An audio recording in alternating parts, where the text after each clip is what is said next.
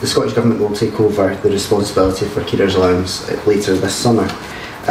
So how that's going to work is that we are asking DWP to continue to deliver carers allowance on our behalf using the existing eligibility. And over that period, it will allow us to work through the creation of a secondary legislation detailing what we want carers allowance to look like going forward in Scotland. In order for us to be able to provide carers right now, in recognition of their caring role, for that additional financial support, that's why we're implementing the carers allowance supplement as an interim measure from later this summer. So how that works is that we will,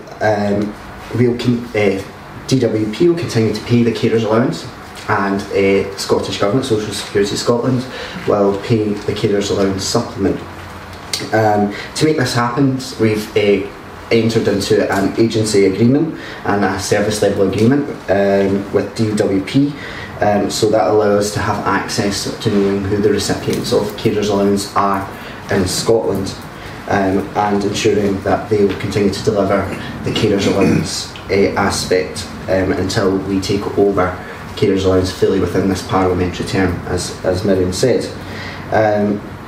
Having DWP continue to deliver carers allowance as it currently is allows us to be able to deliver the supplement quicker, which is the ultimate aim, and it was one of the first commitments through the process after the Smith Commission, and when the discussion of further devolved powers was discussed, was the commitment to increase carers allowance, as the Scottish Government recognised that carers allowance was the lowest working age benefit.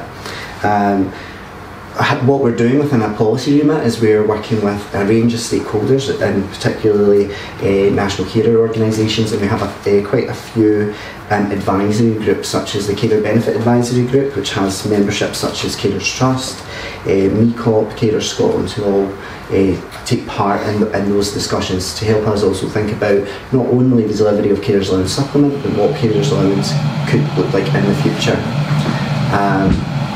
As Miriam said, we're also working with over 2,400 volunteers through the experience panels to ensure that people with lived experience of receiving carers allowance and other benefits can feed into what the system and what could look like in the future, and as we take on more benefits, how that shapes and frames that. But carers allowance supplement as a message is a temporary measure, and that's to provide extra support for carers as soon as possible to meet that commitment to increase the supplement. The supplement will be paid twice a year, so unlike how carers allowance is currently delivered, so carers will continue to receive their carers allowance as they currently do, so that may be if they receive it weekly or fortnightly or monthly, they will continue to receive that in that same format, but they will receive the supplement as 2 lump sum payments. And the first 2 lump sum payments within this financial year 2018-2019 is £221 per payment. So that's equivalent to £8.50 per week on top of their current carers allowance. So that commitment was to increase carers allowance to the same rate as job seekers allowance, and paid within those 2 lump sum payments. Towards the end of the passage of the Social Security Act, an amendment was placed, and it was also agreed that carers allowance supplement would be annually updated. So there's the commitment to upgrade the carers allowance supplement as well. There's also that commitment that the Scottish Government will also upgrade carers allowance once it takes over full control of carers allowance by the end of the parliamentary term.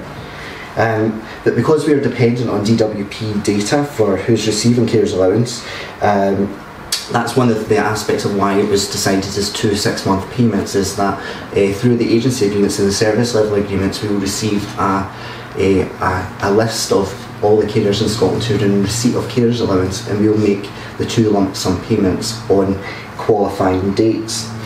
Carers allowance supplement would be paid to carers living in Scotland and receiving carers allowance from the Department of Work and Pensions on the qualifying dates. There are 2 dates per year, one for each of the payments, which were chosen by Scottish Government and agreed with DWP.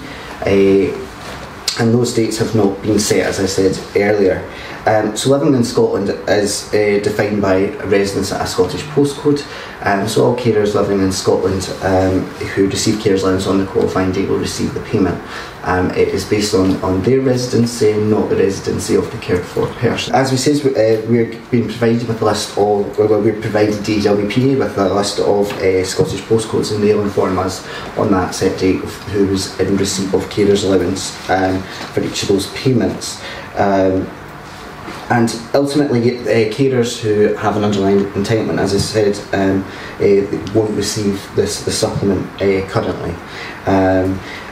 However, one of the aspects of that is either that most people within those circumstances would either be on the same or already at a higher level of benefit than what they would do through the supplement. But carers may be entitled to other benefits, and I'm sure you're aware, such as the more means tested, the carer premiums and the like, which just still remain the responsibility of the UK Government and DWP. So they're not coming over with the carers allowance package. The majority of carers with that underlying entitlement, as I'm sure you're aware, are those who are in receipt of the state pension. And we've heard concerns from pensioners about a lack of recognition. However, if there is someone who is receiving the state pension but receives partial carers allowance as a top up to their pension, they will receive the supplement, because if they were in receipt of that on the date of which the qualifying date is. So anyone who receives the supplement receives carers allowance in any form will receive the supplement. As Miriam said, the payments will be made automatically, so no one needs to do anything. So carers don't need to contact Social Security Scotland or DWP. The payments will be made in the same way of which, may that be into the same bank or credit union, as the same way in which they receive their carers allowance currently.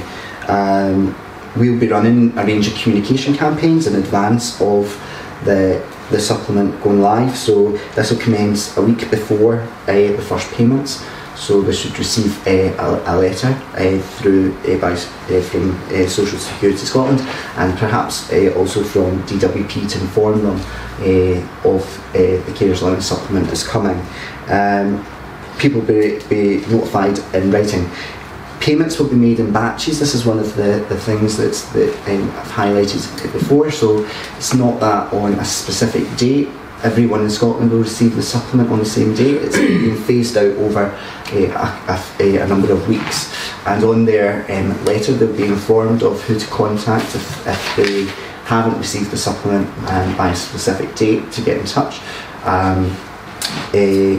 So it's not that all carers in Scotland will receive the supplement on the same date. It's also for Social Security Scotland. This is the first time we're making payments, so we want to make sure that we are able to do that, make them successfully, and everything runs smoothly, and it's the best process for the client as well. So as I also said, it will have no impact on other benefits. So they don't need to notify DWP or local authorities, so that's including tax credits and housing benefit and the like that they may receive. However, the UK Government has advised that for some carers should get in touch with HMRC only in circumstances where they think that receiving a supplement would bring them above the personal allowance. As carers allowance is taxable, carers allowance supplement is also taxable. We envisage that will only affect a small proportion of those who are in receipt of carers allowance, but carers who think that being in receipt of the supplement will take them over the taxable allowance of £11,850 should inform HMRC. So in the scenario of what if someone thinks they're eligible don't get the payment, so in the first rounds of payments have been made, we'll issue communications to advise that this is complete. So once the payment has been complete, they should also receive a letter to say, I hope you've received your carers allowance supplement, or something to that effect at that point. So this communication is also to encourage anyone who believes that they should have been entitled to the payment but haven't received it to contact Social Security Scotland. And we'll check eligibility, and if the person should have received the payment, this will be made in the next payment run, so in the second payment. So in those circumstances, they may receive 2 lots of carers allowance if someone perhaps should have been in receipt of carers allowance on that day, or was missed from the list from the initial scan.